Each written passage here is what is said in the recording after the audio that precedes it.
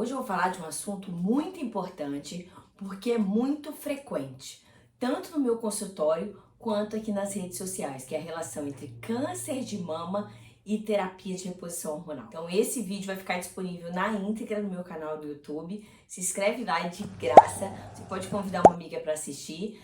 E vai também, eu coloco flashbacks aqui no Instagram, então você pode continuar me seguindo por essa rede social também. Então o câncer de mama, ele é algo que assombra a mente das mulheres. Apesar da nossa maior causa de mortalidade ser doenças cardiovasculares, infarto, derrame, realmente esse assunto mexe com a cabeça de qualquer mulher.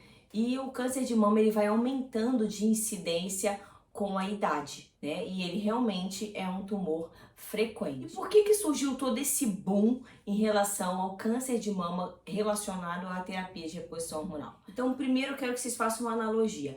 A época da sua vida que você mais tem hormônio, 20, 30 anos, não é o pico de ocorrência de câncer de mama. Então, por aí a gente já tem que desconfiar de muita coisa que a gente anda vendo, anda noticiando. Mas por que surgiu então toda essa confusão? Porque em 2002 saiu um grande estudo chamado WHI. E nesse estudo se mostrou aumento da incidência de câncer de mama com terapia de reposição hormonal. E em 2003 foi publicado o The Million, com mais de 1 milhão de mulheres que também mostrou aumento da incidência. Mas, que fique claro, nesta época não se teve tempo de se realmente analisar profundamente esses estudos e a maneira como isso foi divulgado na mídia acabou atrapalhando, fazendo com que muitos médicos e muitas mulheres deixassem de se beneficiar com essa terapia de reposição hormonal e esse mito perdura na cabeça de muitas mulheres, essa confusão até nos dias de hoje. Então, depois desses estudos, se houve várias reanálises em relação a esses mesmos estudos. Por exemplo, no WHI, ele foi feito com mulheres com mais ou menos mais velhas, né, fora da janela de oportunidade. Não foi feito um correto rastreamento precoce. Então, o que eu tô dizendo para vocês? Que essas mulheres, além de já estarem mais velhas, elas não foram investigadas se antes elas já tinham lesões malignas ou pré-neoplásicas, né, pré-malignas.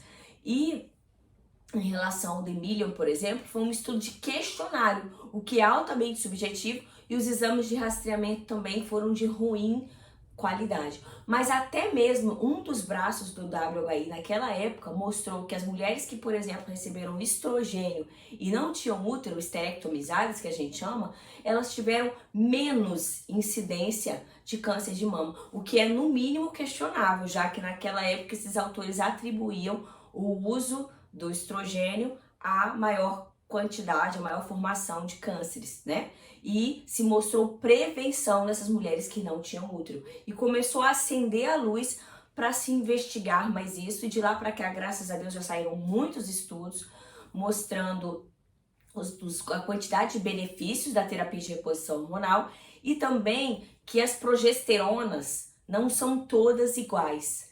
Então, em 2013, saiu um estudo que é o EPIC, foi um estudo europeu com 500 mil de mulheres, mais ou menos, para se investigar outros fatores de risco relacionados ao câncer. E um braço desse estudo, que foi um estudo francês, com mais de 80 mil mulheres, chegou ao final comprovando não aumento da incidência de cânceres, não aumento da incidência de câncer quando se usa estrogênio com progesterona natural micronizada. Estou falando de hormônio bioidêntico. Não houve aumento da incidência de câncer.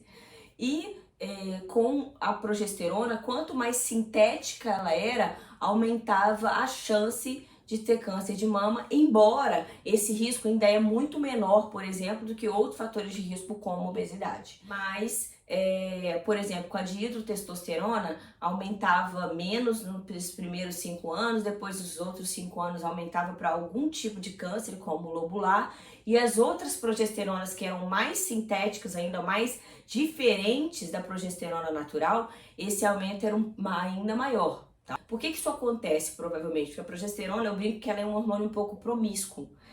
Muitos dos nossos hormônios do corpo, eles se encaixam exatamente no receptor dele. A progesterona é diferente. Ela se encaixa em vários tipos de receptor. Ela encaixa no receptor de estrogênio, da testosterona, receptor de glicocorticoide, de corticoides, né? De aldosterona. E ela exerce ações diferentes. E por ela ser um hormônio diferente do nosso, ela também estimula de maneiras diferentes esses receptores. E isso pode ter alguma ligação com esses cânceres também, né? Então hoje já saíram meta-análises em 2016, 2017, 2018, mostrando de não aumentar a incidência, da gente poder utilizar, da gente ter mais segurança, de fazer a reposição hormonal, da quantidade de benefícios usando hormônios bioidênticos sem aumentar a chance de câncer de mama em mulheres, mas é lógico que precisa de acompanhamento, precisa de rastreamento, mas o que tem que ficar muito claro que a terapia de reposição hormonal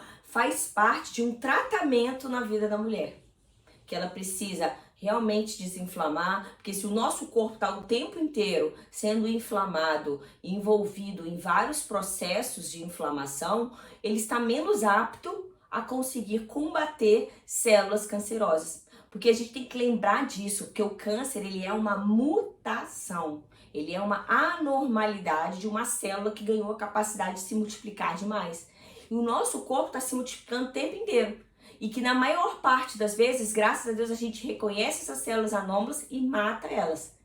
Mas o câncer, ele é algo que foi além. O corpo não conseguiu reconhecer e ele conseguiu se multiplicar de maneira desordenada.